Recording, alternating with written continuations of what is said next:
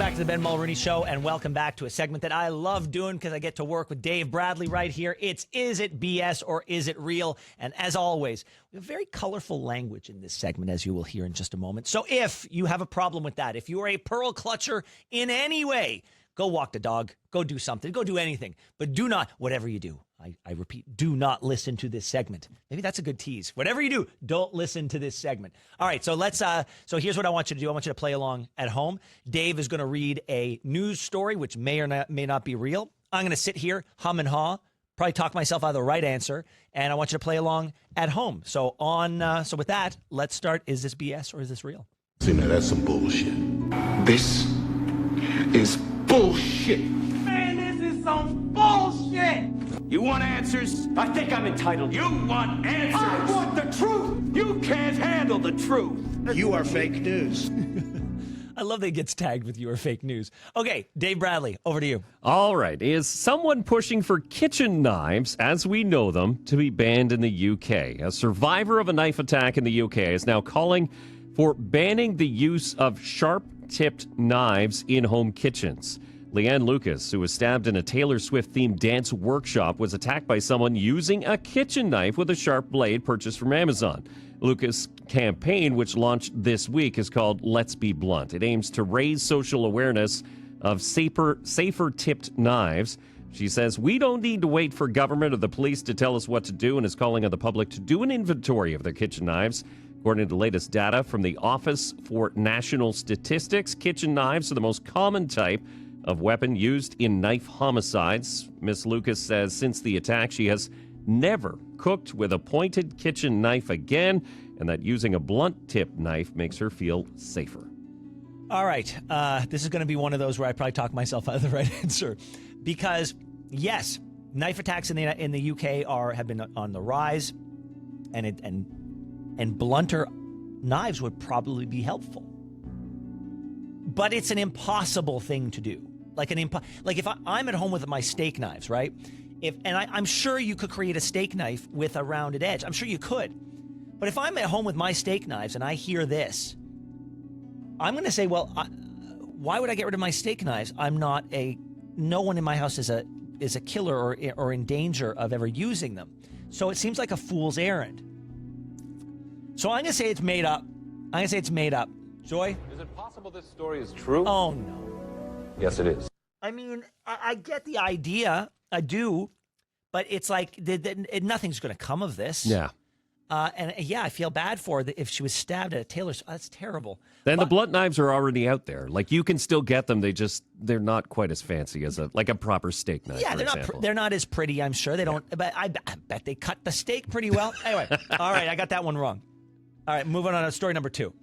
Is Kermit the Frog set to deliver a commencement address at a graduation? The University of Maryland is welcoming an unlikely commencement speaker to usher off the class of 2025, a bright green Muppet. Kermit the Frog, a famous family favorite and self-proclaimed amphibitarian, announced the momentous occasion in a YouTube video posted by the university. In the video, the speaker was hailed as an environmental advocate, best-selling author, Peabody Award winner, international superstar, friend to all creatures, and champion of creativity, kindness, and believing in the impossible.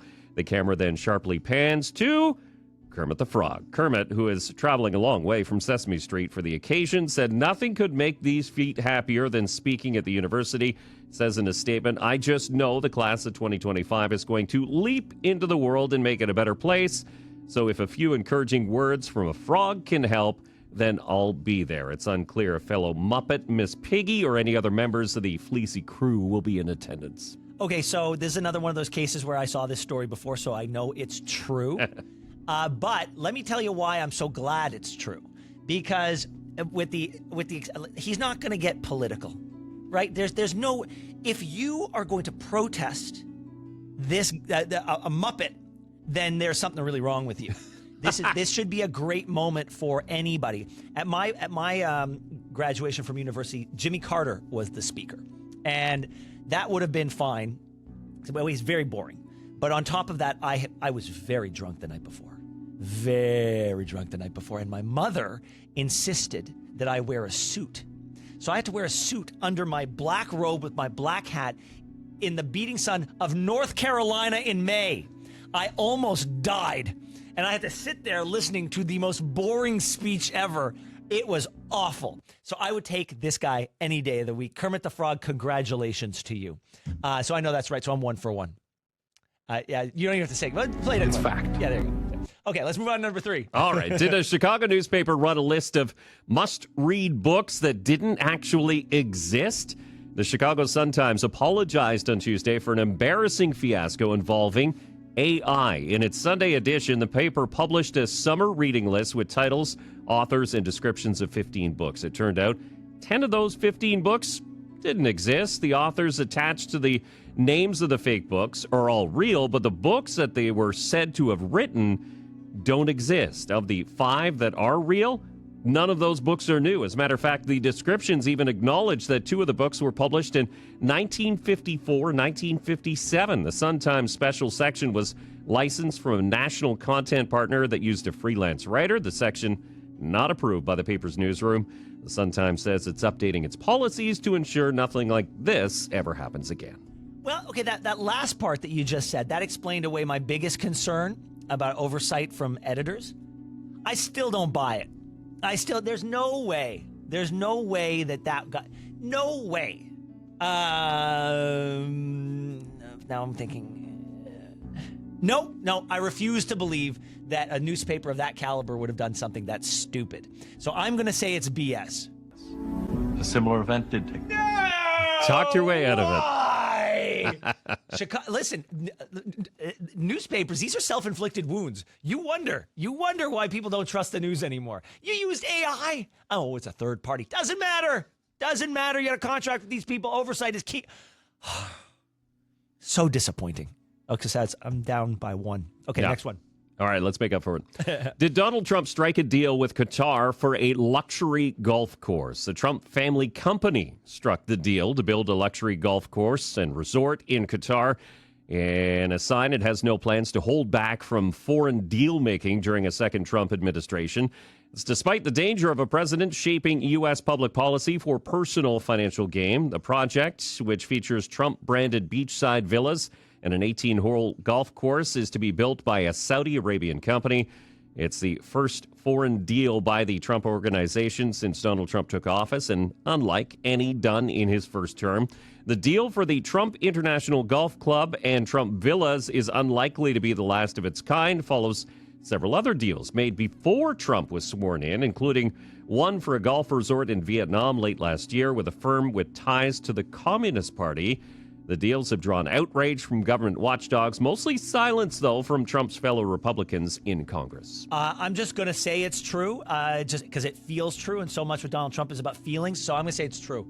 It happened. Yeah, of course it happened. Okay, I think we got time to burn through one more. Okay, quickly. A townhouse owner in BC was fined $8,200 for breaching a noise bylaw by regularly vacuuming his patio and terrace, and he's won his fight with the managers of the complex for now. Yi Fei Hu challenged $8,200 in fines, claiming they were invalid because they repeated complaints from his neighbors were not properly investigated, and the noise from the shop vacuum was not unreasonable. The complex Hu lives in is made up of ground-level 2-story townhomes as well as an adjacent 10-story building. The first complaint came from a neighbor living up on the 6th floor of the building whose unit looks down on Hu's townhouse.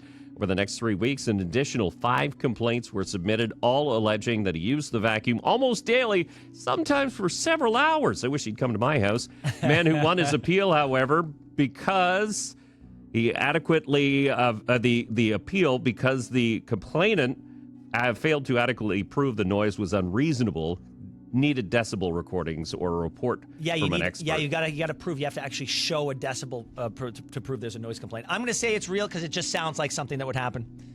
It happened. Oh, we one ended took place. on a high note. Fantastic. Dave Bradley, thank you so much for joining us. No problem. All right, after the break, we are talking about artificial intelligence, and in a world where it becomes increasingly important, does that start moving people to the out of the business? We're going to talk about that next, so don't go anywhere on the Ben Mulroney Show.